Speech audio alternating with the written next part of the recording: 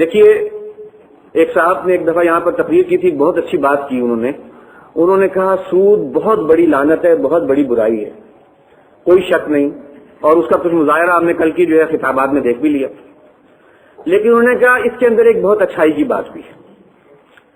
اچھائی کی بات کیا ہے کہ یہ نظام بہت سہل ہے، اس میں قرض کا لین دین سہولت سے کچھ پرسنٹیج کے ساتھ جو ہے وہ کیا جا سکتا ہے، اسے کیلکولیٹ کرنا مشکل نہیں، ایک دن کے لیے چاہیے اوور نائٹ لینڈنگ کرانی ہے، اس کے لیے کیا طریقہ ہوگا، مہینے کے لیے کیا ہے، اس کے لیے کیا طریقہ ہوگا، یہ اس کا سہل ہونا ہی ہے جس کی وجہ سے اسے اتنا جو ہے وہ فروغ حاصل ہوا اور اس طریقے سے یہ پھیل گیا کہ آج یہ پورا جو ہے ایک بہت مضبوط نظام کی صورت میں سامنے موجود ہے۔ باقی اس کے پیچھے کیا کانسپریسی ہے یہ ایک الگ مسئلہ ہے، لیکن سہل ہونا اس کا جو ہے، اور یہ اللہ کی طرف سے آزمائش ہوتی ہے، سہل بات کے ذریعے سے اللہ تعالیٰ آزماتا ہے۔ جیسے قرآن مجید میں ایک مثال آتی ہے کہ وہ طالوت جو ہے اپنا لشکر لے کر نکلے، اور لشکر جو ہے وہ جب آگے چلا اور آگے جو ہے بہت بڑا لشکر تھا جالوت کا، اس سے مقابلہ تھا، اب اللہ کی طرف سے آزمائش آ گئی۔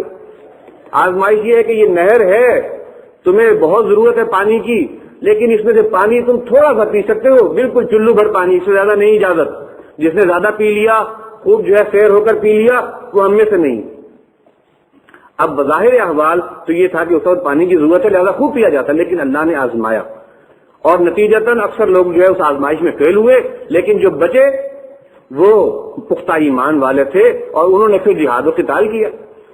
یہی معاملہ سوچ کر دیا کہ اس کا آسان ہونا یہ ایک بہت بڑا گویا ہمارے لیے مشکل کا سبب بن گیا، اور اس کو گویا ترک کرنا، اس لیے کہ جو بھی آپ متبادل پیش کرتے ہیں اس میں کہیں نہ کہیں ایسا معاملہ آتا ہے جس میں کوئی مشکل نظر آتی ہے، لیکن اب یہ تو ایمان کا تقاضا ہے کہ چاہے آسان ہے کہ اگر طے ہو گیا کہ یہ منع ہے اور یہ واضح ہو گیا تو اس کے بعد اس چیز کی طرف جو ہے انسان توجہ نہ کرے، پھر مشکل راستے کی طرف جانا پڑے تو بھی کرے، اس لیے کہ سمجھ لیں کہ یہ ایک جو ہے ابتلا ہے، آزمائش اللہ کی طرف سے۔ لیکن اللہ تعالیٰ کا یہ بھی وعدہ ہے کہ اگر تم آزمائش میں پورے اتر جاؤ گے تو پھر اللہ تعالیٰ تم پر جو ہے وہ رحمتیں نازل کرے گا، دنیا میں بھی برکتیں ہوں گی۔ اقامت حد من حدود اللہ خیر من متاع 40 لیلہ، یہ بھی ہوگا، اللہ کی حدود میں سے کوئی ایک حد قائم ہو جانا یہ 40 رات کی جو ہے وہ بارشوں کی نعمت جو اس دور میں اور اس علاقے کے لیے کتنی بڑی نعمت تھی اس سے بہتر ہے۔ تو یہ اللہ کی طرف سے باتیں، لیکن ساتھ یہ بھی وعدہ ہے کہ ہم آزماتے ہیں تو آزمائش بھی آتی ہے۔ تو یہ ایک سود کے ضمن میں معاملہ ہے کہ یہ آسان ہے لیکن یہ بہت مہلک ہے، اس کے مہلک ہونے میں کوئی شک و شبہ نہیں۔ اب یہ جو ہمارے ہاں سودی نظام ایک بینک میں رائج ہوتا ہے، اس میں عام طور پر دو قسم کے کام ہو رہے ہوتے ہیں۔ ایک کام یہ ہے کہ سود کے ذریعے سے قرض کا لین دین ہو رہا ہے، کسی کو قرض درکار ہے وہ قرض لے رہا ہے، اپنا کام پورا کر رہا ہے، قرض لوٹاتا ہے، سود واپس کرتا ہے، جو بیسک بینکنگ کا فنکشن ہے میں اس کی بات کر رہا ہوں۔ اور ساتھ ہی یہ سود جو ہے وہ اس کے اس کمرشل گویا ایک موٹیو کو بھی پورا کر رہا ہے کہ اس سے نہ صرف یہ کہ قرض کا لین دین پورا ہو رہا ہے بلکہ اس بینک کے لیے، اس ادارے کے لیے ایک منافع اور ایک جو ہے گویا آمدنی کا ذریعہ بھی۔ یہ دونوں کام بیک وقت اس ایک سود کے ذریعے سے ہو رہے ہیں۔ اب اگر ہم یہ سوچیں کہ اسلامک بینکنگ ہو سکتی ہے کہ نہیں ہو سکتی، تو اگر اس سود کے پرسپیکٹو میں آپ سوچ رہے ہیں اور لون کے لین دین کے پرسپیکٹو میں سوچ رہے ہیں تو میں یہ کہنے میں جو ہے کوئی ہار محسوس نہیں کر رہا کہ اس قسم کی پیور فائنینشیل انٹرمیڈیشن جو ہے جس میں صرف پیسہ لینا اور پیسہ دینا اور اس کے اوپر جو ہے ایک سود کا ذریعے سے جو ریٹرن کمانا، اس قسم کا کوئی امکان اسلام میں نہیں۔ اسلام نے اس قرض کو کسی کی ضرورت پورا کرنے کا ایک ذریعہ بنایا ہے، اسے کسی اکنامک ایکٹیویٹی کی بنیاد یا یوں کہیے کہ اسے کسی کمرشل موٹیو کی بنیاد نہیں بنایا۔ لہذا پیور فائنینشیل انٹرمیڈیشن جسے آپ کہتے ہیں کہ صرف پیسہ لیا اور پیسہ دیا اور کاروبار کے ساتھ کسی اور انداز میں شراکت نہیں کی، اس کے رسک میں شیئرنگ نہیں کی، یہ پاسبل نہیں۔ اب اگر بینکنگ اس کو کہتے ہیں اور کوئی دوسری چیز بینکنگ نہیں ہے تو پھر یہ بات درست ہے کہ پھر اسلام میں بینکنگ کی کوئی گنجائش نہیں۔ اور اگر بینکنگ جو ہے اس کے علاوہ آپ کسی اور چیز کو کہہ دیں تو آپ اسے اسلامی بینکنگ کہیں جو صحیح چیزیں ہوں، یا اسے کوئی اور جو ہے نام دے دیں، اس سے کوئی فرق نہیں پڑتا۔ لیکن یہ جو بینکنگ ہے جس کو ہم جانتے ہیں بینکنگ، کہ قرض کا دینا اور لینا، یہ اس لیے کہ اگر قرض کا لینا اور دینا بغیر سود کے ہو جائے تو کسی کی جزوی ضرورت تو پوری ہو جاتی ہے، لیکن ایک بینک کا جو ادارہ ہے اس کے لیول پر اس کا کوئی ارننگ کا اس کا ذریعہ نہیں ہے، اس کے لیے پھر کچھ ایسی ایکٹیویٹیز کرنی پڑتی ہے جس سے کہ وہ ایک ادارہ جو ہے کچھ کما سک رہا ہو، اس کے جو ہے وہ اس کے خرچے پورے ہو رہے ہوں اور اس کے جو ہے ڈپازیٹر انہیں بھی کچھ ریٹرن دیا جا رہا ہو۔ یہ ایکٹیویٹی ایک اور گویا انداز میں بھی کرنی پڑے گی، وہ صرف اور صرف قرض کے لین دین سے ممکن نہیں ہے کہ اس میں جنریشن ہو سکے، کوئی انکم جنریٹ ہو۔ لہٰذا میں اس حوالے سے یہ کہنا چاہتا ہوں اسلامی بینکنگ، اگر بینکنگ کا وہی تصور ذہن میں ہے تو اس کی کوئی شکل جائز نہیں ہے۔ ہاں اگر وہ ایک ادارہ ایسا مالیاتی ادارہ ہے جس میں لوگ پیسہ جمع کراتے ہیں، وہ لوگوں کی شارٹ ٹرم اور لانگ ٹرم نیڈز کو بھی پورا کرتا ہے، قرض دیتا ہے بغیر سود کے، تو اس کی ایک شکل ممکن ہے جس کی آج ایک وضاحت ہوگی انشاءاللہ، تفصیلی جو ہے پریزنٹیشن ہوگی، اس کے اندر کیا پوٹینشیل ہے، کیسے وہ ورک کرے گا، یہ بھی ہو سکتا ہے۔ اور اس کا دوسرا پہلو یہ کہ اگر وہ بینک جو ہے ایک ادارہ ہے اور لوگ اس میں ڈپازٹ جمع کراتے ہیں اور وہ ادارہ جو ہے لوگوں کے فنڈ کا مینیجر بنتا ہے اور وہ ان کو لوگوں کو جو ہے اس سے جو ہے کچھ بچت بھی ہوتی ہے، وہ اس میں سے کچھ منافع بھی ملتا ہے، اور بینک جو ہے جو وہ ادارہ ہے وہ آگے اس پیسے کو لگا کر جائز کاروبار میں لگا کر کچھ کماتا ہے، اپنے لیے بھی کماتا ہے، لوگوں کو بھی دیتا ہے، تو یہ اس کی گویا دوسرا آسپیکٹ ہے، اسے بھی سمجھنے کی ضرورت ہے کہ اس میں ایک بینک جیسے ادارے کے لیے کیا کیا آپشن ہے۔ تو میں یہ اس کو اگر یوں کہوں کہ ایک تو بینک کے وہ متبادلات ہیں جو غیر کمرشل ہیں جس سے اسے نفع یا کوئی منافع نہیں ہو سکتا، اور کچھ وہ متبادلات ہیں جو کمرشل ہیں جس سے اسے کوئی منافع بھی حاصل ہوگا، جو کہ وہ اپنے لیے اپنے اخراجات کو پورا کرنے کے لیے اور وہ ڈپازیٹر جو اس کے ساتھ شراکتی بنیادوں پر کھاتے کھلواتے ہیں ان کو جو ہے وہ ادائیگیاں کر سکیں۔ اب دیکھیے جو ہمارے پاس سب سے پہلی رپورٹ اس ضمن میں آئی تھی وہ رپورٹ تھی کاؤنسل آف اسلامک آئیڈیالوجی کی، یا اسے اس وقت اسلامک آئیڈیالوجی کونسل شروع میں کہتے تھے، بعد میں اس کا نام تھوڑا سا تبدیل کیا گیا۔ اس نے جو رپورٹ مرتب کی تھی اس میں 12 متبادل جو ہیں ان کا ذکر کیا تھا۔ وہ 12 متبادل کون سے تھے؟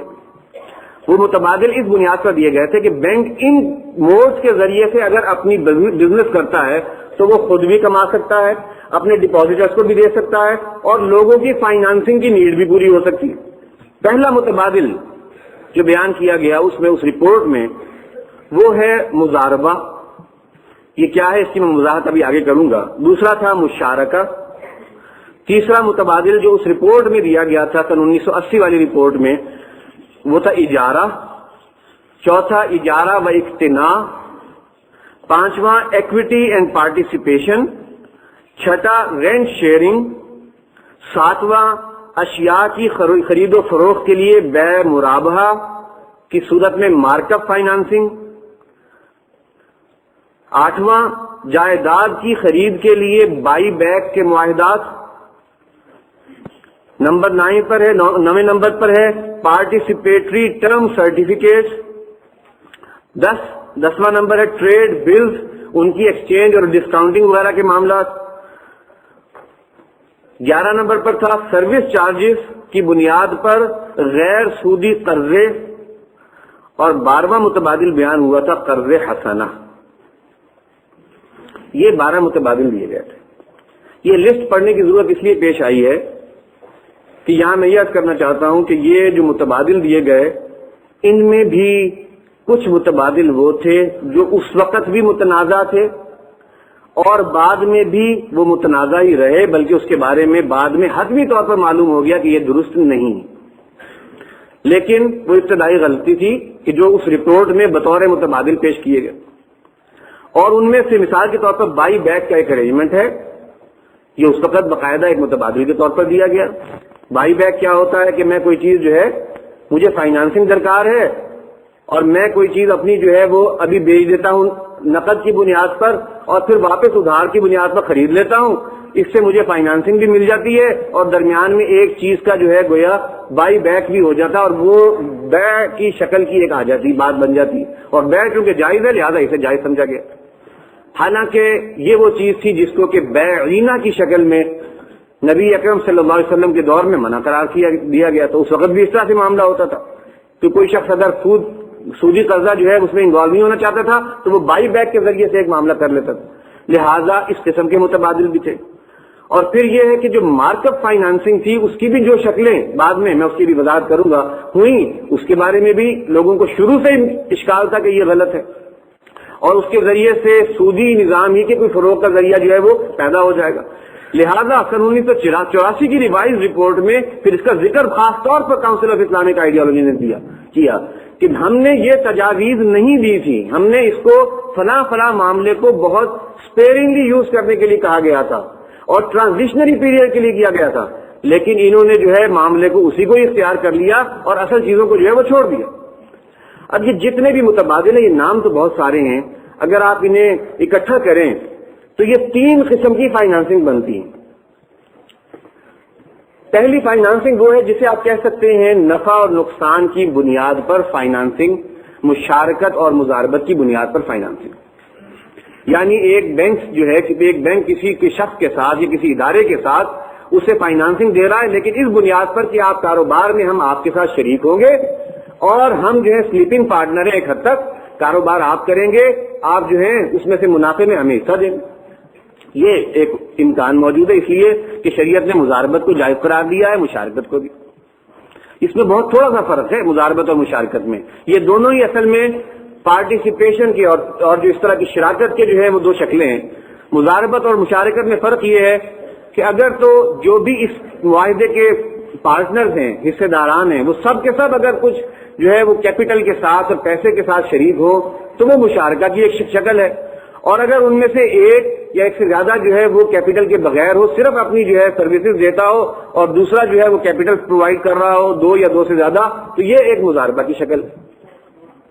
اور اس کا اصول کیا ہے کہ جب بھی اس طرح سے آپ پارٹیسپیٹری بنیاد پر کوئی کسی کو پیسہ دیتے ہیں تو اس کے لیے مدت معاہدہ طے ہونی چاہیے، کتنی مدت کے لیے کیا جا رہا ہے. اس میں جو نفع اور نقصان کا تناسب ہے وہ طے ہونا چاہیے کہ کیا 50-50 کے حساب سے جو ہے 50% کے حساب سے منافع تقسیم ہوگا یا کوئی اور جو ہے وہ شکل ہو سکتی ہے. کسی اور شکل کو بھی منع نہیں کیا گیا. یہ نہیں ہے کہ آپ جو ہے وہ کوئی بھی جو اپنی شیئرنگ ریشو ہے اسے ایک خاص حد سے زیادہ نہیں بڑھا سکتے. وہ ایک خاص حالات میں تو ہیں لیکن عام حالات میں یہ نہیں ہے، بلکہ یہ کہ آپس کی نیگوشیشن کا ذریعہ. اگر نقصان ہو رہا ہے اور شراکت ہے، سب کا کیپٹل ہے، تو کیپٹل کے تناسب سے نقصان کو برداشت کرنا ہوگا.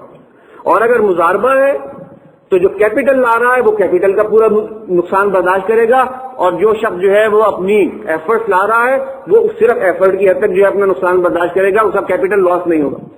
تو یہ اصول ہے، کچھ بنیادی اصول جو مزاربت اور مشارکت کے ہیں. پھر اس میں ڈیٹیلز ہیں کہ مزارب کی ذمہ داریاں کیا ہیں، اس کے لیے کیا کیا جو ہے چیزیں راستے کھلے ہیں، اور رب المال کے لیے کیا ہے، اور اگر شراکہ ہے تو اس کی کس قسم میں کس کی کیا رسپانسبلٹیز ہے. یہ پھر ڈیٹیلز ہیں جس کی اس وقت جو ہے بیان کی ضرورت نہیں. یہ ایک ایسا طریقہ ہے جس سے کہ بینک اگر کوئی ایک مالیاتی ادارہ جس میں فنڈ جو ہے جمع ہوتا ہے وہ اختیار کرے تو اس کے ذریعے سے منافع میں شریک ہو کر گویا کاروبار میں اپنا حصہ ڈال سکتا ہے. لیکن سوال یہ ہے کہ بینک اس طرف کیوں نہیں آتے، کم کیوں آتے ہیں؟ وجہ یہ ہے کہ اس میں بنیادی اصول یہ ہے کہ جو ذمہ داری ہے اور رسک ہے اسے شیئر کرنا پڑتا ہے. آپ کاروبار میں تو ہمیشہ فائدہ نہیں ہوتا، فائدہ کبھی زیادہ ہے کبھی کم ہے، نقصان بھی ہو سکتا ہے. لیکن پیسہ دینے والا جو خواہش ہوتی ہے نقصان نہ ہو، لہذا وہ اس آپشن کو اویل کرنے سے تھوڑا سا گریز کرتے ہیں. اب اگر ہم اسلامی بینکاری کی بات کر رہے ہیں اور ہمارے پیش نظر یہ ہے کہ سود سے بچنا ہے تو ہمیں اس اصول کو اختیار کرنا پڑے گا. یہ ایک مجبوری ہے. نبی صلی اللہ علیہ وسلم کا فرمان ہے ان الخراج بالضمان، کہ نفع کا اور جو ہے منافع کا استحقاق وہ رسک شیئرنگ کے ساتھ ہے. تم ذمہ داری بھی قبول کرو تو منافع میں تمہارا حق موجود ہے. اب اگر بینک اتنا بھی نہیں کر سکتا کہ جس کے ساتھ فائنانسنگ کی جا رہی ہے، انویسٹ کیا جا رہا ہے، ان کے لین دین کی کوئی مانیٹرنگ کر سکے، ان کے اکاؤنٹس کو چیک کرنے کا کوئی نظام بنا سکے کہ آیا وہ ہمارے ساتھ جو ہے کھیل تو نہیں کھیل رہے، اور جو ہے ان کے ساتھ کسی حد تک جو ہے وہ شریک نہ ہو، تو پھر ظاہری سی بات ہے وہ پھر پیور فائنینشیل انٹرمیڈیشن چاہ رہے ہیں. وہ پھر اسلامی نظام کے تحت کام نہیں کرنا چاہ رہے. اسلامی نظام میں تو یہ ہے کہ اگر آپ اس پر اعتماد کرتے ہیں ٹھیک ہے، اسے کام کرنے دیجیے، اگر نہیں ہے تو آپ اپنا جو ہے کام کا کوئی حصہ طے کر لیں. اور بینک کے لیے بڑی سہولت سے ہو سکتا ہے کہ وہ اس کے جتنی بھی فائنینشیل ٹرانزیکشن ہیں ان کے اوپر اپنی جو ہے کوئی چیک لگائے، دیکھے کہ وہ ٹھیک ہو رہی کہ نہیں ہو رہی، کہیں ڈبل بک کیپنگ تو نہیں کی جا رہی. اب جب یہ بھی نہ کرنا چاہیں گے تو ظاہری سی بات ہے یہ آپشن انہیں پھر سوٹ نہیں کر رہی ہوتی، اور وہ یہ کہتے ہیں کہ ہمیں یہ چیز پسند نہیں ہے لہذا اس کی طرف نہیں جائیں گے۔ اگر تو بینکنگ کرنی ہے اور اسلامی بنیادوں پر کرنی ہے تو اگر مزاربت اور مشارکت ہے تو پھر اس میں یہ ذمہ داری کا فیکٹر قبول کیے بغیر پاسبل نہیں۔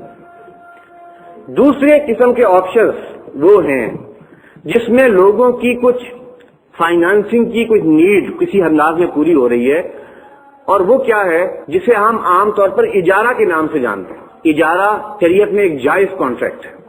اس کا کیا مطلب ہے اجارے کا؟ اجارے کا مطلب یہ ہے کہ کوئی شخص کسی چیز کے استعمال میں دلچسپی رکھتا ہے، اسے استعمال چاہیے، اور وہ چیز ایسی ہے جو کہ استعمال کے ساتھ اپنا وجود ختم نہیں کر لیتی، اس کا وجود برقرار رہتا ہے، جیسے کوئی گھر ہے، کوئی کار ہے، کوئی گاڑی ہے وغیرہ وغیرہ، اس طرح کی چیزیں جو استعمال کے ساتھ انٹیکٹ رہتی ہیں۔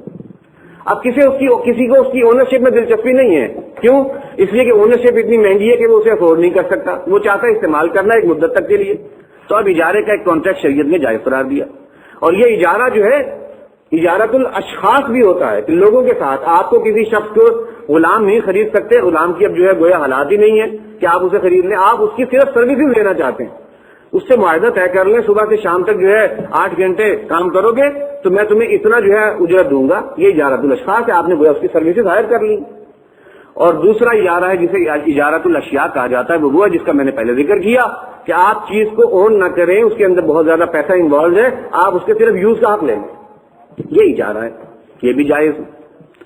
اب سوال یہ ہے کہ اگر یہ جائز ہے تو پھر بینکنگ میں یہ کیسے آئے گا، کس طریقے سے استعمال ہو سکتا ہے؟ اور اگر بینکنگ میں استعمال کیا جا رہا ہے تو اس میں اس کا مس یوز کیا ہے، اس کو بھی سمجھنے کی ضرورت ہے۔ بینکنگ میں یہ صورت میں آ سکتا ہے کہ یہ ایک مالیاتی ادارہ ہے جس میں فنڈ جمع ہے بہت زیادہ، یہ ایسی چیزوں کو اون کر سکتا ہے، لوگوں کے اس پیسے کو فنڈ مینیجر بنتے ہوئے کہ جو کہ لوگوں کی ضرورت کی ہیں، اون کر کے وہ اب گویا لوگوں کی مشترکہ ملکیت ہو گئے، ان کے بہاف پر ایک جو ہے وہ ادارہ یہ عمل کر رہا ہے کہ وہ اون کر رہا ہے، اور اس کے بعد پھر وہ لوگوں کو جو ہے ایک معینہ رینٹل کے اوپر جو ہے وہ اسے کرائے پر دے دے۔ اگر ایک شخص انفرادی ملکیت کی چیز کرائے پر دے سکتا ہے تو 10 افراد اپنی اجتماعی ملکیت کی شے بھی کرائے پر دے سکتے ہیں، اور اپنی ملکیت کا جو اس میں حصہ ہے اس کے مطابق اس میں اپنا جو ہے وہ رینٹ میں اپنا حصہ رکھ سکتے ہیں۔ اب سوال یہ ہے کہ یہ کام بینک جب کرتا ہے تو کیا ہوتا ہے؟ عام طور پر یہ ہوتا ہے کہ اس اجارے کو عام طور پر 2 طرح سے استعمال کیا جاتا ہے، ایک کو ہم کہتے ہیں فائنینشیل لیز اور ایک کو کہا جاتا ہے آپریٹنگ لیز۔ فائنینشیل لیز جو ہے وہ تقریباً وہ چیز ہے جو کہ ایک لون کی صورت میں، قرض کی صورت میں اضافی کسی جو ہے شرح سود کے ساتھ واپسی کا معاملہ ہوتا ہے، اس لیے کہ اس میں کیا کیا جاتا ہے، ایک ایسٹ کی ٹوٹل ویلیو کو اسیس کیا جاتا ہے۔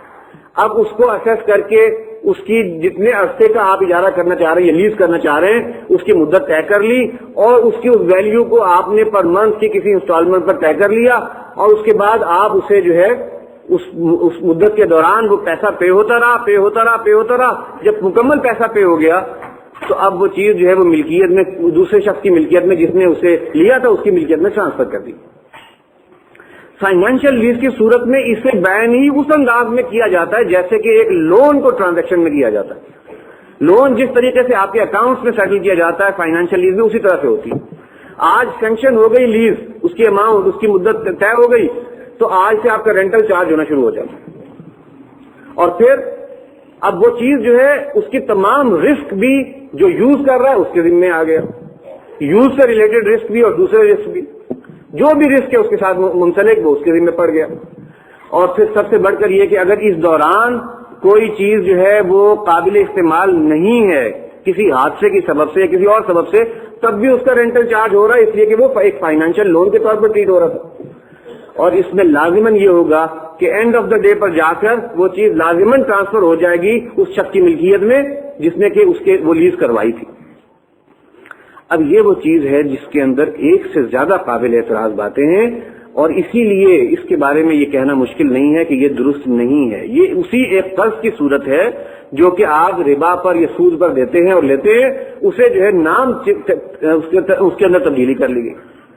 آپریٹنگ لیز کیا ہے؟ آپریٹنگ لیز جو ہے اس کی ٹریٹمنٹ اکاؤنٹ کی کتابوں میں لون کی صورت میں نہیں ہوتی، اس میں یہ ہے کہ جیسے کہ ایک کرایہ ہوتا ہے اور کرایہ کا ایک خرچہ جو ہے آپ ہر مہینے کے حساب میں ڈالتے ہیں، اس طریقے سے اس کو ٹریٹ کیا جاتا ہے۔ وہ اس صورت میں اس کا کرایہ قابل ادا ہوتا ہے جبکہ وہ چیز قابل استعمال ہے، آپ کو دے دی گئی ہے، اور اگر ابھی ڈیلیور نہیں ہوئی ہے تو اس کا کوئی کرایہ نہیں ہے، قابل استعمال نہیں ہے تو اس کا کوئی کرایہ نہیں ہے۔ اس کی اونرشپ سے ریلیٹڈ تمام رسک جو ہے وہ اٹھاتا ہے کون؟ جس کی وہ ملکیت ہے، وہ کرایہ پہ دینے والا، وہ اٹھاتا ہے وہ تمام ذمہ داری۔ اب یہ وہ چیز ہے جو کہ آپریٹنگ لیز کا یہ کانسیپٹ اجارے کے کانسیپٹ سے بہت قریب ہے، اس لیے کہ اجارے میں بھی یہی ہے کہ جو شخص اجارے پر کوئی چیز جو ہے وہ دیتا ہے وہ اپنی ملکیتی چیز کی پوری ذمہ داری اٹھاتا ہے۔ وہ چیز جب وہ مدت پوری ہو جاتی ہے اور اس دوران کرایہ اس کو آتا رہتا ہے تو وہ چیز جو ہے واپس اس کی ملکیت میں آتی ہے، اس میں لازم نہیں ہوتا کہ وہ لازماً جو ہے وہ اس کی اونرشپ میں ٹرانسفر ہو۔ یہ اجارے کے بیسک کریکٹرسٹکس ہیں، اگر اس کریکٹرسٹکس کو آپ بائی پاس کر دیں گے تو وہ اجارے سے نکل کر ایک فائنینشیل لیز کی صورت بن جائے گی جو کہ جائز نہیں۔ لہذا اگر کوئی ادارہ جو کہ مال جمع کر رہا ہے لوگوں کا اور اس کی بنیاد پر کوئی کاروبار کرتا ہے، اگر وہ یہ کرتا ہے کہ واقعتاً وہ چیز اون کرتا ہے، اون کر کے اس کی تمام جو ہے رسپانسبلٹی لیتا ہے، اسے رینٹ آؤٹ کرتا ہے، اور رینٹ آؤٹ کرنے کے بعد کانٹریکٹ میں کوئی ایسی چیز شامل نہیں ہے کہ وہ لازماً جو ہے جس کو رینٹ کی گئی ہے اس میں جو ہے اونرشپ میں ٹرانسفر ہوگی، یہ تمام تقاضے پورے کر رہا ہے، تو یہ ایک کرائے کی صورت ہے۔ یہ ویسے ہی ہے جیسے کہ آپ رینٹ کار کرتے ہیں، اس کے اوپر کوئی اعتراض نہیں ہے، رینٹ کار میں آپ گاڑی کی ایک مدت طے کر لی، ایک مہینے کے لیے مجھے چاہیے، اس کا کرایہ طے ہے، اب آپ صرف اس کی یوز کا جو رینٹل ہے وہ پے کرتے چلے جائیں۔ اس کے قریب ترین شکل بنتی ہے آپریٹنگ لیز کی، جو کہ عام طور پر کی جاتی ہے۔ اگر کوئی کر سکتا ہے بینک یہ تمام کاموں کے ساتھ تو کرے، بصورت دیگر اگر اسے فائنینشیل لیز کی شکل بنانا ہے تو وہ آپشن اس کے لیے بھی اوپن نہیں ہے، وہ غلط ہے، اس سے جو ہے اوائڈ کرنا چاہیے۔ تیسری قسم کا جو آپشن اس وقت استعمال کیے جا رہے ہیں، جن کا ذکر ہے، جس کا ذکر جو ہے اس رپورٹ میں بھی تھا اور ایک متبادل کی صورت میں بیان کیا گیا، وہ تھا بے مرابحہ، جسے آپ کہہ سکتے ہیں کہ ٹریڈنگ کی شکل میں اور ٹریڈنگ کی صورت سے جو ہے کوئی فائنانسنگ کرنا۔ بے مرابحہ کیا ہے؟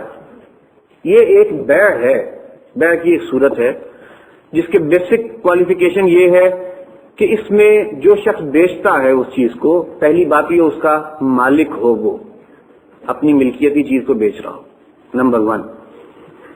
نمبر 2، وہ اس کی کاسٹ پرائس کو ڈسکلوز کرے کہ یہ مجھے اتنی جو ہے لاگت کرتی ہے۔ نمبر 3، کاسٹ کے اوپر کوئی اضافی اگر خرچے ہوئے ہیں انہیں الگ جو ہے وہ بتایا کہ یہ اتنا مجھ پر اس کا اضافی خرچہ ہوا۔ اور نمبر 4، اس کے اوپر اگر کسی خریدار کو وہ آفر کر رہا ہے تو اس پر اپنا شرح منافع واضح کرے کہ میں اس پر کتنا منافع لینا چاہتا ہوں، 5% کا چاہتا ہوں، 10% چاہتا ہوں، اور پھر وہ اگر نیگوشیٹ کرتے ہیں تو نیگوشیٹ کرنے کی صورت میں وہ 5% یا 10% جس پر اس کے درمیان میں کہیں آ کر سیٹل کر لیتے ہیں وہ اس کا منافع طے ہو۔ یہ ایک مرابحہ کی صورت ہے اور یہ ایک کاروبار بیع و شرح کی ایک جائز صورت ہے، اس میں کوئی پرابلم نہیں۔ اس میں پرابلم کب آتی ہے؟ اور آج کل کے صورت میں جبکہ بینک اسے اڈاپٹ کر رہا ہے، اس کے اندر پرابلم کیا صورت پیش آتی ہے؟ پہلی بات تو یہ ہے کہ اس کے اندر کہیں بائی ڈیفالٹ کوئی ایسا ذکر نہیں ہے کہ یہ لازماً ادھار کی بیع ہوگی۔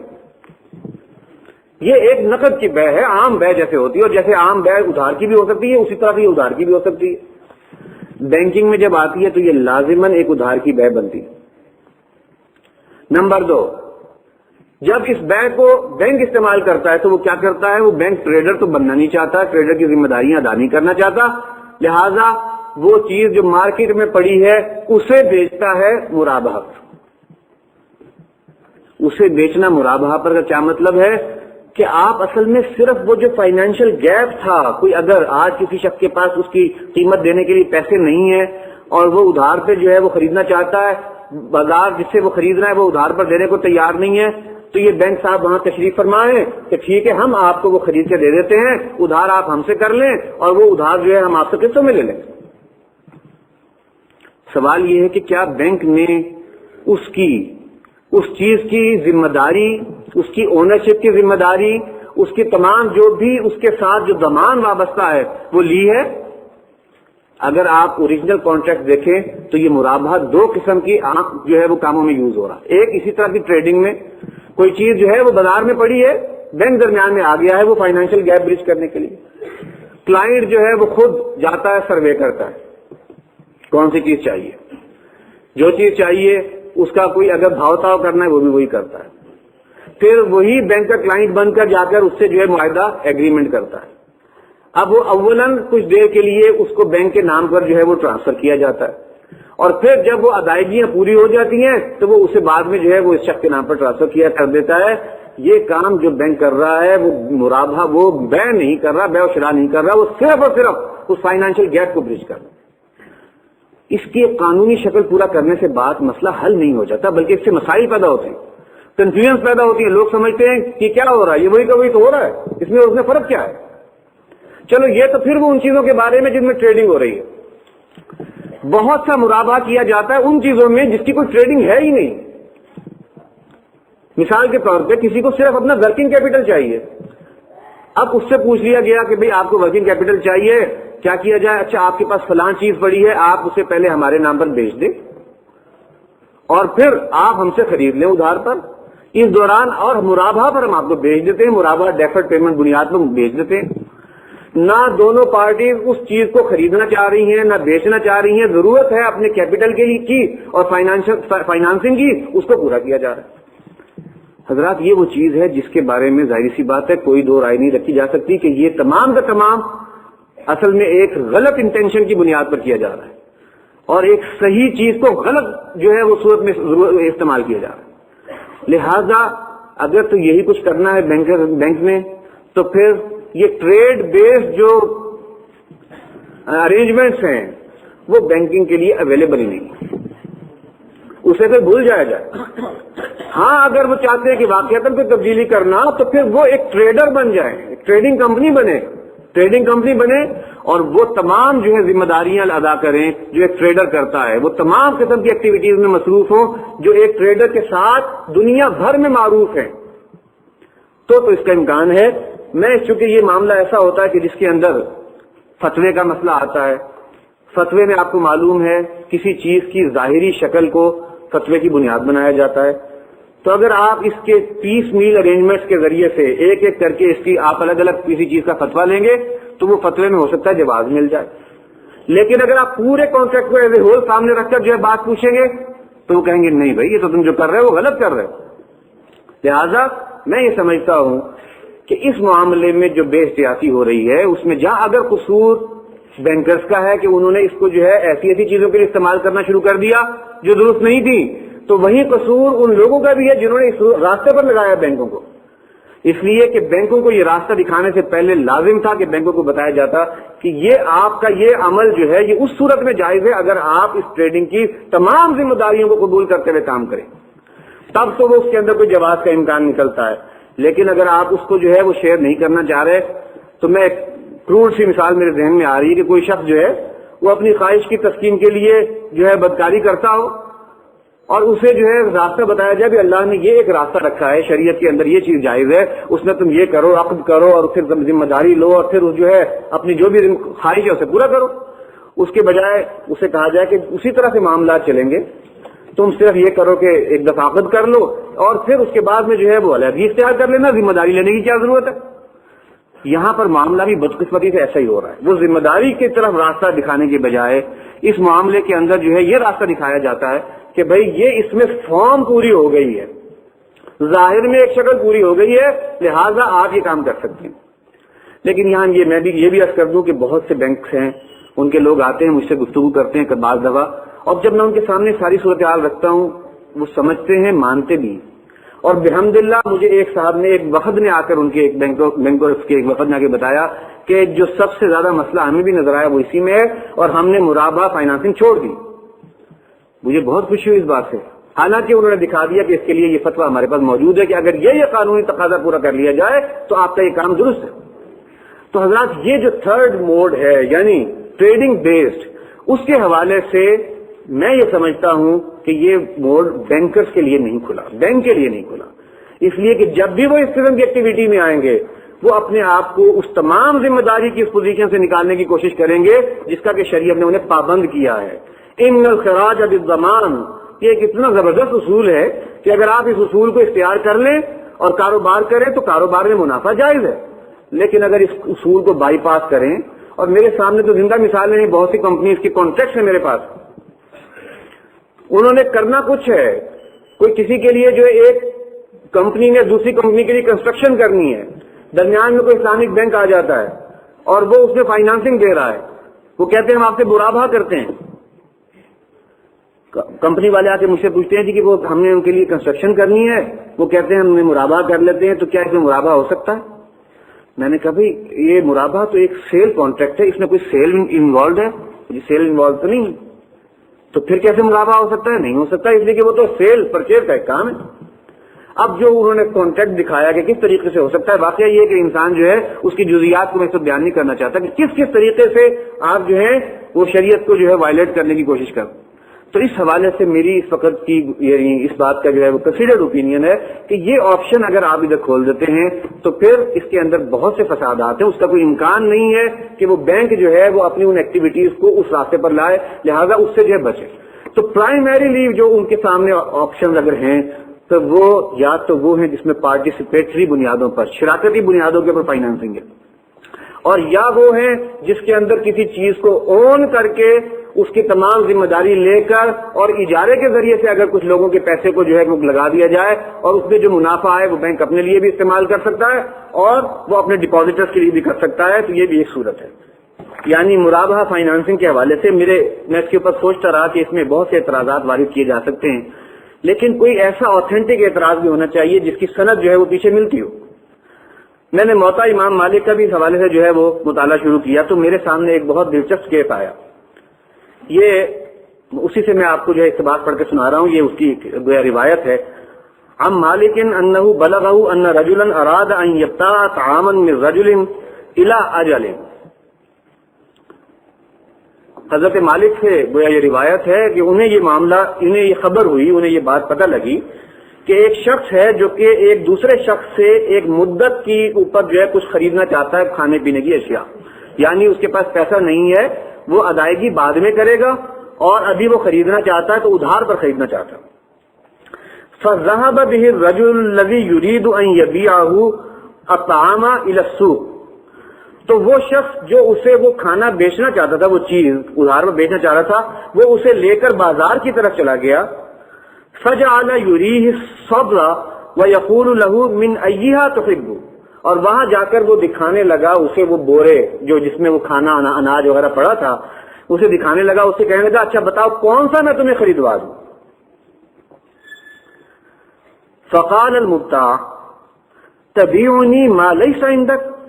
تو اب جو خریدار تھا جس نے ادھار پر خریدنا تھا وہ اسے کہنے لگا کہ کیا تم مجھے وہ چیز بیچنا چاہ رہے ہو جو تمہارے پاس نہیں ہے؟ میں تو تم سے بات کر رہا تھا، تمہارے پاس ہوتی تم مجھے بیچ دیتے. تم مجھے لے جا رہے ہو بازار میں اور وہاں بورے دکھا رہے ہو کسی اور کی دکان پہ کھڑے ہو کر اور کہتے ہو میں تمہیں کون سا خرید دوں. تو تم مجھے ایک ایسی چیز دینا چاہتے ہو جو تمہارے پاس نہیں ہے. گویا یہ وہی کیس ہو گیا کہ مارکیٹ میں چیزیں تو اویلیبل ہے نقد پر، لیکن درمیان میں ایک شخص جو ہے فائنانسنگ لے کر آ گیا یا ایک ادارہ لے کر آ گیا کہ میں تمہیں خریدوا دیتا ہوں. فأتى عبداللہ ابن عمر. تو وہ دونوں عبداللہ ابن عمر رضی اللہ تعالیٰ عنہ کے پاس گئے. فذکرا ذلک لہ. تو یہ ان دونوں نے اس بات کا جو ہے ان کے سامنے ذکر کیا. فقال عبداللہ ابن عمر للمبتاع لا تبع منہ. تو عبداللہ ابن عمر رضی اللہ تعالیٰ عنہ نے اس خریدار سے کہا اس سے مت خریدو. ما لیس عندہ، جو اس کے پاس نہیں ہے وہ چیز اس سے مت خریدو. وقال للبائع لا تبع ما لیس عندک. اور بیچنے والے سے بھی کہا کہ مت بیچو وہ چیز جو تمہارے پاس نہیں ہے. تم جا کر بازار سے گویا اب دیکھ کر کہ ایک پراسپیکٹو کینڈیڈیٹ موجود ہے، اسے ادھار کی ضرورت ہے، تم اسے لے کر دینا چاہتے ہو، اسے مت بیچو یہ چیز. یہ گویا بیع جو ہے دونوں کی درست نہیں ہے. تو حضرات یہ چند باتیں تھیں جو میں آج کل جو بھی آپشنز اویلیبل ہوتی ہیں، ایسی آپشنز جو کہ جس کے ذریعے سے ایک بینک، ایک مالیاتی ادارہ لوگوں کے فنڈ کو جمع کر کے، پیسے کو جمع کر کے اور اسے پھر آگے کاروبار میں لگا سکتا ہے، اس میں کون سی آپشنز اویلیبل ہیں، کون سی نہیں ہیں، کن سے اوائڈ کرنا چاہیے، ان کا ایک میں نے خلاصہ آپ کے سامنے رکھنے کی کوشش کی ہے. اب ان کی فائن ڈیٹیلز کیا ہیں کہ کیا ایسے ہو سکتا ہے، ایسے ہو سکتا ہے، ایسے ہو سکتا ہے، اس کے بارے میں کوئی ریمارک اس لیے نہیں دینا چاہتا کہ ہر کیس کو اس کی ڈیٹیلز کے ساتھ دیکھ کر ایڈریس کرنا پڑتا ہے. کہ یہ معاملہ کیا ہے، خارج میں اس کا ظہور کیسے ہو رہا ہے، اور ہمارے پاس شریعت میں اس کے لیے کیا دلائل ہیں، اور کیا جو ہے پیچھے ہمارے پاس جو ہے قال اللہ و قال رسول کے ذریعے جو پیغام میسج موجود ہے۔ تو میں امید کرتا ہوں کہ میں اپنی جو بات کہنا چاہتا تھا وہ آپ کے سامنے میں نے کسی ٹوٹے پھوٹے الفاظ میں رکھ دی ہے، اور میں یہ دعا کرتا ہوں اللہ تعالیٰ اس میں سے جو خیر ہے، جو صحیح بات ہے، اسے آپ کے دلوں میں جو اللہ تعالیٰ بٹھا دے، اور جو اس میں سے میرے سے غلط بات بیان ہو گئی ہے اسے ہمارے ذہنوں سے اور دلوں سے محو کر دے۔ وآخر دعوانا ان الحمد للہ رب العالمین۔ اب میں نے جیسے کہ عرض کیا تھا شروع میں کہ ایک تو یہ کمرشل بنیادوں پر جو لین دین چاہیے جس کے ذریعے سے بینک کچھ لانگ ٹرم کمائے اور اپنے ڈپازیٹرز کو بھی دے۔ اب کچھ اور آپشن، ایک اور آپشن خاص طور پر جس کا نام ہے ٹائم ملٹیپل کاؤنٹر لون، اس کا پورا تفصیل تعارف تو جو فاضل مقرر ہے وہ خود ہی پیش کر دیں گے، لیکن اس کے بارے میں صرف اتنا جان لیجئے کہ یہ بھی آج کوئی پیش نہیں ہو رہا، کافی دیر پہلے سے اس کا ذکر چل رہا ہے، لیکن اس کے اندر کچھ ایسی چیزیں ہیں جس کی وجہ سے لوگوں میں یہ زیادہ مقبول نہیں ہو سکا۔ ہم نے محسوس کیا کہ آج کے دور میں کچھ ایسے لوگ ہیں جنہوں نے اس پر کام کیا ہے، اس کے مختلف آسپیکٹس کو واضح کیا ہے۔ جو اوریجنل پیش کرنے والے تھے ان کا ذکر بھی وہ صاحب خود فرما دیں گے جو اس کو پیش کر رہے ہیں اس مقالے کو، تو ان کے ذمہ تو یہ سارے کام ہیں، لیکن میں صرف اس پر یہ بتا رہا ہوں کہ یہ کافی دیر پہلے یہ ایک آپشن تھا جو پیش کیا گیا تھا، جس کے اندر پوٹینشیل ہے، بہت سے ایسی ٹرانزیکشن ہیں جو اس کے ذریعے سے کی جا سکتی ہیں۔ تو میں اس مقصد کے لیے اور اس موضوع پر گفتگو کے لیے اب دعوت دے رہا ہوں جناب عبید اللہ صاحب کو۔ ان کا تعلق جو ہے وہ نوشہرہ سے، پشاور میں مقیم ہیں، انہوں نے ایم ایس سی اسٹیٹسٹکس بھی کیا ہوا ہے اور ایم بی اے بھی ہیں، اور ایک ادارے میں یونیورسٹی میں یہ پڑھاتے ہیں، اکاؤنٹس پڑھاتے ہیں، اور اسی طریقے سے اور جو مضامین ہیں وہ پڑھاتے ہیں۔ اب میں نے جیسے کہ عرض کیا تھا شروع میں کہ ایک تو یہ کمرشل بنیادوں پر جو لین دین چاہیے جس کے ذریعے سے بینک کچھ لانگ ٹرم کمائے اور اپنے ڈپازیٹرز کو بھی دے۔ اب کچھ اور آپشن، ایک اور آپشن خاص طور پر جس کا نام ہے ٹائم ملٹیپل کاؤنٹر لون، اس کا پورا تفصیل تعارف تو جو فاضل مقرر ہے وہ خود ہی پیش کر دیں گے، لیکن اس کے بارے میں صرف اتنا جان لیجئے کہ یہ بھی آج کوئی پیش نہیں ہو رہا، کافی دیر پہلے سے اس کا ذکر چل رہا ہے، لیکن اس کے اندر کچھ ایسی چیزیں ہیں جس کی وجہ سے لوگوں میں یہ زیادہ مقبول نہیں ہو سکا۔ ہم نے محسوس کیا کہ آج کے دور میں کچھ ایسے لوگ ہیں جنہوں نے اس پر کام کیا ہے، اس کے مختلف آسپیکٹس کو واضح کیا ہے۔ جو اوریجنل پیش کرنے والے تھے ان کا ذکر بھی وہ صاحب خود فرما دیں گے جو اس کو پیش کر رہے ہیں اس مقالے کو، تو ان کے ذمہ تو یہ سارے کام ہیں، لیکن میں صرف اس پر یہ بتا رہا ہوں کہ یہ کافی دیر پہلے یہ ایک آپشن تھا جو پیش کیا گیا تھا، جس کے اندر پوٹینشیل ہے، بہت سے ایسی ٹرانزیکشن ہیں جو اس کے ذریعے سے کی جا سکتی ہیں۔ تو میں اس مقصد کے لیے اور اس موضوع پر گفتگو کے لیے اب دعوت دے رہا ہوں جناب عبید اللہ صاحب کو۔ ان کا تعلق جو ہے وہ نوشہرہ سے، پشاور میں مقیم ہیں، انہوں نے ایم ایس سی اسٹیٹسٹکس بھی کیا ہوا ہے اور ایم بی اے بھی ہیں، اور ایک ادارے میں یونیورسٹی میں یہ پڑھاتے ہیں، اکاؤنٹس پڑھاتے ہیں، اور اسی طریقے سے اور جو مضامین ہیں وہ پڑھاتے ہیں۔ انہیں بھی اس آئیڈیا کا جب علم ہوا تو انٹرسٹ فری بینکنگ سے انہیں دلچسپی ہوئی، انہوں نے پھر اس کے اوپر مطالعہ کیا، بہت گہرا مطالعہ رکھتے ہیں، اور پھر اس کے اوپر انہوں نے کافی کام کیا ہے، مختلف فورم پر جا کر یہ جو ہے اس پر لیکچرز دیتے ہیں، اور ساتھ ہی انہوں نے یہ بھی کیا ہے کہ جو پشاور میں ایسے علماء جو فارغ التحصیل ہیں انہیں جمع کر کے انٹرسٹ فری بینکنگ کے حوالے سے جو ہے ٹریننگ کے انہوں نے لیکچرز دیے ہیں، اور بہت سے لوگوں سے ان کا اس معاملے میں انٹریکشن ہے۔ میں اب انہیں دعوت دے رہا ہوں جناب عبید اللہ صاحب کو کہ وہ تشریف لائیں اور اپنے موضوع پر خطاب فرمائیں۔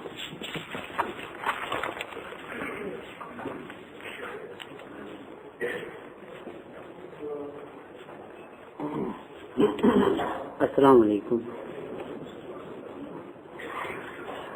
میں اپنے تمام بزرگوں اور دوستوں کا شکر گزار ہوں، یقین کریں کہ اگر ان لوگوں کی محنت نہ ہوتی تو مجھے سے ذرہ ادھر کھڑا ہو کر یہ بات کہہ نہ سکتا۔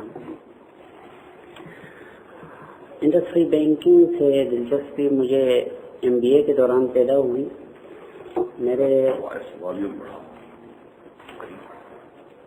میرے کلاس میں میرے اکنامکس کے ٹیچر نے سر حنید بھائی نے پوچھا کہ is it possible to run bank at 0% rate of interest? پوری کلاس نے کہا نو سر۔ آپ کو معلوم ہے یونیورسٹی دلیل کی جگہ ہے، میرے پاس دلیل نہیں تھی، میں چپ رہا، میں نے کسی یہ بھی نہیں پوچھا کہ آپ نو سر کس بنیاد پہ کہہ رہے ہو. اس کے بعد اگلے دن ہمارے پشاور یونیورسٹی کے وی سی رہے ہیں, جیوگرافی ڈپارٹمنٹ کے چیئرمین رہے ہیں, آج کل سینیٹر ہیں, پروفیسر صاحب صاحب. میں ان کے پاس گیا, میں نے کہا سر اس موضوع پر کچھ کام ہوا ہے؟ انہوں نے کہا بہت کام ہوا ہے اور اللہ ان کا بھلا کرے, انہوں نے مجھے 7-8 کتابیں اس پر گفٹ کر دی. انہوں نے مجھے کتابیں گفٹ کی, ان میں سے ایک کتاب شیخ محمود احمد کی سود کی متبادل اساس تھی. اسی طرح ایک کتاب جو انگلش میں ہے ٹورڈ انٹرسٹ فری بینکنگ, یہ بھی شیخ محمود احمد کی تھی. یہ 2 کتابیں انہوں نے مجھے گفٹ کی. اس کے علاوہ محمود احمد غازی صاحب کی کتابیں, کئی ایک اور کتابیں. ان کتابوں کو میں پڑھتا رہا. کوئی دعوت تو نہیں ہے, لیکن بس اتنا ہے کہ اول بالکل بچپن سے میتھ کا اسٹوڈنٹ رہا ہوں, سائنس کا اسٹوڈنٹ رہا ہوں, دلیل دیتا ہوں, دلیل پہچانتا ہوں, یونیورسٹی کا اسٹوڈنٹ ہوں, عالم نہیں ہوں. یہ ساری بات میں نے محسوس کیا کہ اس آدمی شیخ محمود احمد کے کام میں دلیل موجود ہے. جو سسٹم اس نے انٹروڈیوس کیا ہے اس کی عجیب خوبی یہ ہے کہ وہ موجودہ سسٹم سے بھی, سر نے فرمایا موجودہ سسٹم بہت آسان ہے, یہ آسان تر ہے.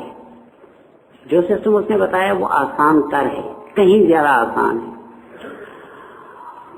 اور بعض ایسے ناممکن ٹیسٹوں سے گزر گیا ہے کہ حیرت ہوتی ہے, جس سے ہمارے جتنے بھی دوسرے کونسل آف اسلامک آئیڈیالوجی نے جتنے بھی دوسرے متبادل پیش کیا ان میں سے کوئی بھی ان ٹیسٹوں سے نہیں گزر سکا, ایک بھی نہیں. یہ ان تمام ٹیسٹوں سے کامیابی کے ساتھ گزر گیا. اور بہت افسوس کے ساتھ کہنا پڑتا ہے کہ بعض جب کونسل کے سامنے یہ پیش ہوا یہ آئیڈیا, تو علماء کرام نے اس کے متعلق یہ کہا کہ یہ معاشی طور پہ فائدہ مند نہیں ہوگا. دینی علماء کرام نے اور ماہرین معاشیات نے کہا اس کی شرعی حیثیت واضح نہیں ہے. ہاکی کے کھلاڑی کرکٹ کھیل گئے, کرکٹ کے کھلاڑی ہاکی. بہرحال میں کوشش کروں گا کہ یہ کانسیپٹ آپ کے سامنے پیش کروں. میرا مختصر سا تعارف بھائی نے کرا ہی دیا ہے. میں ایم ایس سی اسٹیٹسٹکس میں نے پہلے کیا اور اسی حوالے سے میتھ اسٹیٹسٹکس یہ پڑھاتا رہا ہوں, ریسرچ پڑھاتا رہا ہوں, اور بعد میں نے ایم بی اے کیا. 2000 میں میرا ایم بی اے کمپلیٹ ہوا. Time multiple counter loan. This is a diagrammatic representation about time multiple counter loan, a concept of interest-free banking invented by Sheikh Mahmood Ahmad. We have tried to make it simple for you. Diagrams are used to visually present the concept. ہم کوشش کریں گے کہ اس کو diagrams کی مدد سے سمجھیں. اتنا میں عرض کرتا جو مقرر نہیں ہوں, لیکچرر ہوں اور لیکچر ہی کے انداز میں بات کروں گا. شاید القاب و آداب آتے نہیں ہیں, معافی چاہوں گا اس کی. اگر مزید ڈیٹیل کسی دوست کو چاہیے تو شیخ محمود احمد کی بکس, 1-2 بکس کا تو میں نے ذکر کیا. ایک تیسری بک ہے جو بہت زیادہ تفصیل کے ساتھ ہے, مین اینڈ منی, وہ بھی آ گئی ہے. اس بک کو آدمی پڑھ کے مزید ڈیٹیل معلوم کر سکتا ہے. کچھ فیکٹر ایسے ہیں کہ جو ہماری اسٹڈی کو متاثر کرتے ہیں. یہ سلائیڈ اور آنے والی چند ایک سلائیڈ میں صرف ان فیکٹرز کو ہی کو ڈسکس کروں گا. بالفرض ایک فیکٹر ہے, ہم چیک کیسے کریں گے کہ ایک پرٹیکولر انٹرسٹ, ایک پرٹیکولر کانسیپٹ ہے وہ انٹرسٹ فری ہے, پتہ کیسے چلے گا؟ اسلام کے اعتبار سے کیسے پتہ چلتا ہے اور اکنامکس کے اعتبار سے کیسے پتہ چلتا ہے, یہ ہم اسٹڈی کریں گے. ایک اور جو مسئلہ ہے وہ ہے کنفیوز ڈیفینیشنز کا. انٹرسٹ کی ڈیفینیشن اکنامکس میں جو بتائی جاتی ہے, ابھی آپ کے سامنے میں مائکروسافٹ انکارٹا انسائکلوپیڈیا کی ڈیفینیشن بتاؤں گا. آپ دیکھیں گے اور میں بتاؤں گا کہ اس میں کیا کنفیوژن ہے, ایک ریسرچر کے اعتبار سے اس میں کیا کنفیوژن ہے. پھر پرابلم ہے امپراپر جنرلائزیشن کا. جنرلائزیشن ہم روزمرہ زندگی میں کرتے ہیں. ہماری امی تھوڑے سے چاول چکھ کر کہتی ہے کہ سارے چاول صحیح ہیں، اس کو جنرلائزیشن کہتے ہیں. یہ سمپل سی جنرلائزیشن ہے، لیکن جنرلائزیشن ہمیشہ صحیح نہیں ہوتی. ایک آدمی نے ایک پرندہ دیکھا اڑ رہا تھا، دوسرا دیکھا اڑ رہا تھا، اس نے کہا دنیا کے سارے پرندے اڑتے ہیں. دنیا کے سارے پرندے نہیں اڑتے. ہر جنرلائزیشن صحیح نہیں ہوتی. میں آپ کو ایک امپراپر جنرلائزیشن بتاؤں گا اور اس کو بہت زیادہ کوٹ کیا جاتا ہے اور غلط کوٹ کیا جاتا ہے. اسی طرح کچھ مسئلہ ہے کنفیوز تھنکنگ کا. ہم یہ سمجھتے ہیں کہ انٹرسٹ شاید مسلمانوں کا مسئلہ ہے. الحمدللہ میں خود مسلمان ہوں، اللہ کا شکر ہے. انٹرسٹ واقعی ہم لوگوں کا مسئلہ ہے، لیکن اس سے زیادہ انٹرسٹ پوری انسانیت کا مسئلہ ہے. میں نے جب یہ پریزنٹیشن ایک دفعہ سیکاز یونیورسٹی میں جہاں میں پڑھاتا ہوں وہاں پیش کی، تو اس میں بیٹھے ایک عیسائی ٹیچر سر اینتھنی جیمز نے، جو چارٹرڈ اکاؤنٹنٹ بھی ہیں، انہوں نے اس کو سنا تو انہوں نے کہا کہ میں نے آج پہلی دفعہ ایک شخص کو ان الفاظ میں بات کرتے سنا کہ جو جمعے کا خطبہ نہیں لگتا ان ٹرمز میں ہے کہ جس میں ایک چارٹرڈ اکاؤنٹنٹ بات سننا چاہتا ہے. ایک اور دوسرے اس نے یہ کہا کہ یہ اس سے صرف مسلمانوں کی آنکھوں کو ٹھنڈک نہیں ملے گی، یہ تو پوری انسانیت کی چیز ہے، پوری انسانیت کو فائدہ ملے گا. یہ مسئلہ پوری انسانیت کا ہے، مسلمانوں کا نہیں ہے. اور ایک بات عرض کرتا جاؤں، یہ معاملات کا مسئلہ ہے، عبادات کا مسئلہ نہیں ہے. معاملات کا مسئلہ ہے تو بہتر یہ ہے کہ اسے انسان کی بنیاد پہ ڈیزائن کرو، اسے مسلمان کی بنیاد پہ، ایمان کی بنیاد پہ ڈیزائن مت کرو. اسی طرح ایک مسئلہ ہے the problem of scarcity of money. Money بہت کم ہے. اکنامک کا اصول یہ ہے کہ جو چیز کم ہوتی ہے اس کی قیمت لگتی ہے. منی کم ہے لہذا اس کی قیمت ہے انٹرسٹ، آپ کو پے کرنا پڑے گا. ہم یہ پڑھیں گے کہ یہ جو منی کی اسکارسٹی ہے یہ آرٹیفیشل ہے، یہ نیچرل نہیں ہے. اس کو ختم کیا جا سکتا ہے. اور وہ بات کہ نہ رہے گا بانس نہ بجے گی بانسری، انٹرسٹ کی وہ جو ضرورت ہے وہی ختم کی جا سکتی ہے. اور ہم یہ بھی پڑھیں گے کہ مور منی کی کیا امپورٹنس ہے، اس بات کو پڑھیں گے. آنے والے کئی ایک سلائیڈ اسی پر ہیں. سب سے پہلے چیک کی بات ہو جائے. چیک کیسے کریں گے کہ ایک پرٹیکولر بینکنگ کانسیپٹ ہے وہ فری آف انٹرسٹ ہے. دو چیکس ہیں ہمارے پاس، ایک اسلامک ہے ایک اکنامک چیک ہے.